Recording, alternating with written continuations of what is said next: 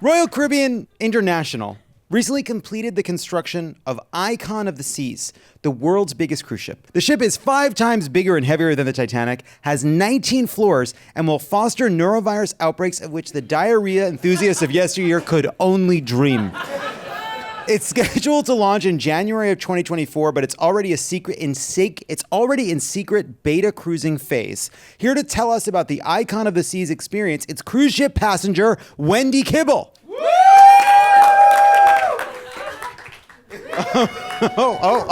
Oh, Wendy, right this way. Oh my goodness. Well, haven't quite got my land legs yet. Okay. Well, come on and sit down. Okay, great. Right here. Please join me. Okay. Whew. Oh, that's better. Okay. Hey, real quick, is there a bucket I can puke into if I get land sick? We don't usually keep a barf bucket on stage, but I'll see if Hallie can loan us hers. Wendy, how long have you been at sea exactly? Oh, hard to say, John. There is no time on Icon. At least not time as you understand it. There's only buffet. In fact, I turned 5,000 buffets old on the ship, but that must have been, at least 300 buffets ago. Oh, God, the floor is just very, very still. Oh, geez. Okay. Oh, boy. All right. I'm good. I'm Okay. good. Anyway, time, John, it's just so hard to tell. You know, babies are born, of course, but they're restricted to baby deck until they're old enough for the margarita shoot. That's this water slide where instead of water, it's margaritas. It's margaritas, Yes, and that's very fun. good. That's fun it's a good time. Is it fun? I don't know, John. Are yeast infections fun? I'm genuinely asking. My fun receptors are blown the fuck out. I don't know how to recognize it by myself anymore. Oh, God. Everything on the ship is either fun or buffet, but a smile facilitator is always there to tell us which is which. And that's what they call the crew members. What are you, John? Are you buffet? Wait, what? No, I'm a guy. Is that a buffet? That's a piano. Right there. Maybe I should just taste Well, it. hold on. Don't taste it, Wendy. Let's back up. How did you wind up on the world's biggest cruise ship in the first place? Well, I was engaged to marry a very rich man. He booked us the Emerald Stateroom. That's one of the nicest staterooms on the ship, John. The towels are folded into the shape of Pedro Pascal. It also has its own buffet to tide you over until you get to buffet deck A. That is, and I genuinely mean this, the most romantic thing I've ever heard. Oh, I thought so too. Oh, but it turned out we were really just different people. You know, he was happy to spend our cruise drifting between buffet deck A and Lido deck 3 like some sort of tourist.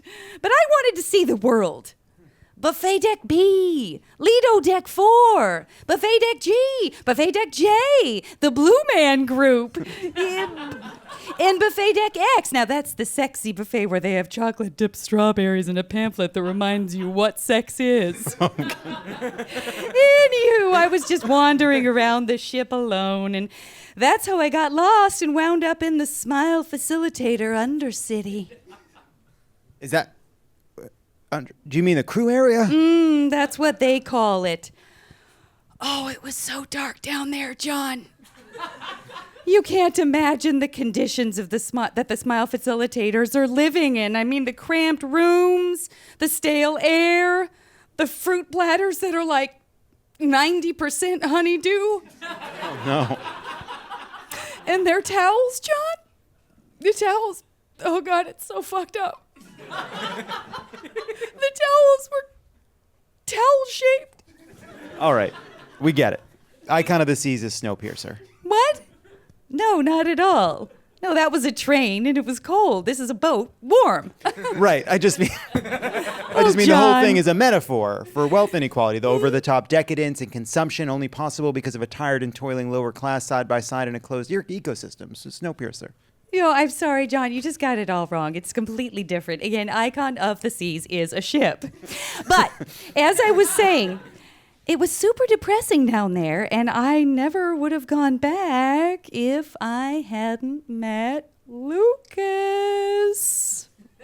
Wait, who's Lucas? Oh, just a 22-year-old recent NYU graduate who dances in Hairspray in the Captain's Theater 6 nights a week and the love of my life. Oh.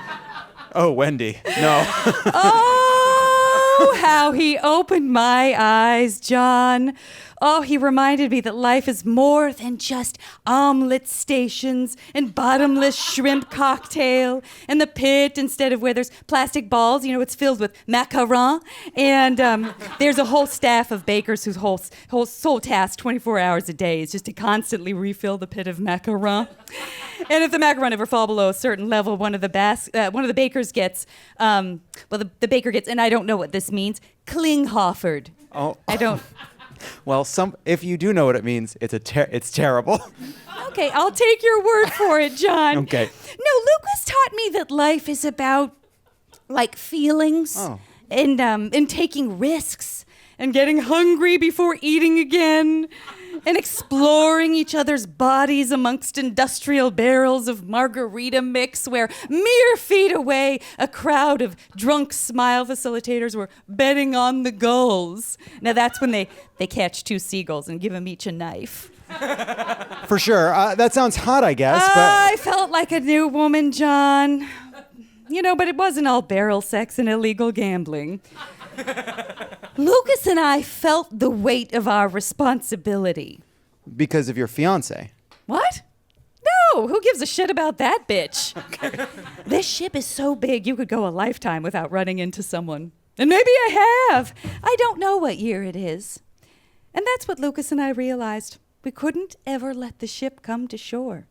The passengers were no longer equipped for life on land, and we obviously couldn't let the Icon's lifestyle infect the Earthwalkers. Oh, also everyone on board had crazy diarrhea. Okay, I was afraid to ask, but thank you for confirming that. I was a teacher back on land before all this. Third graders, sweetie pies.